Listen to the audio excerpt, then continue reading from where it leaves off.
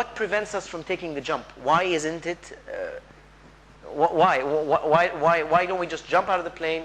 Why isn't that everybody who graduates works on magnification? Why don't we teach our undergraduate students magnification? Why are we still accepting the fact that we are using unaided magnification, unaided dentistry, unaided vision? Yeah. So the number one reason is the learning curve. Loops not so much. You can learn your loops within 10 days هتلاقي نفسك you're functioning okay. يعني بس لازم تقرط على نفسك ما تحاولش ترجع. يعني انت في اول كام يوم هتلاقي نفسك مخنوق. Alright? So when you feel this feeling, a lot of doctors are like خلاص هرميها وابتدي اشتغل normally, and they don't. If you wait for 10 days continuous use هتلاقي نفسك ظبط, there's no problems. Okay? Magnification with the microscope takes much longer. It will take about 4 to 6 months of continuous practice. ودي من العائق للمagnification. I'm not saying that you will not be able to use it, but you will not be able to use it proficiently. مش يعني هتلاقي نفسك ايه لو كنت بتشتغل 6 حالات في اليوم هتلاقي نفسك بتشتغل 2 بالعافيه وقرفان.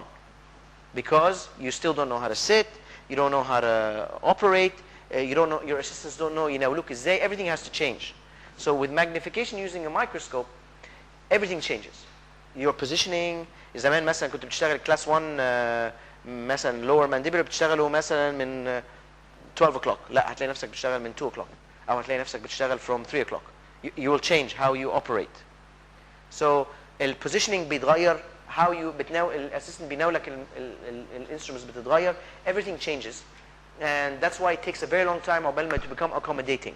Now اكتر ناس يقدروا يستعملوا الميكروسكوب quickly هم بتوع الاندو, because with endodontics we only sit on 12 o'clock.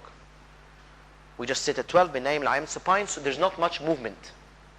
But if you're doing operative and crown, انت عايز تيجي من الbuccal surface, عايز تشوف lingual surface, عايز تعمل mesial distal, ده معناها you're going to be moving around your patient very quickly. Okay? This requires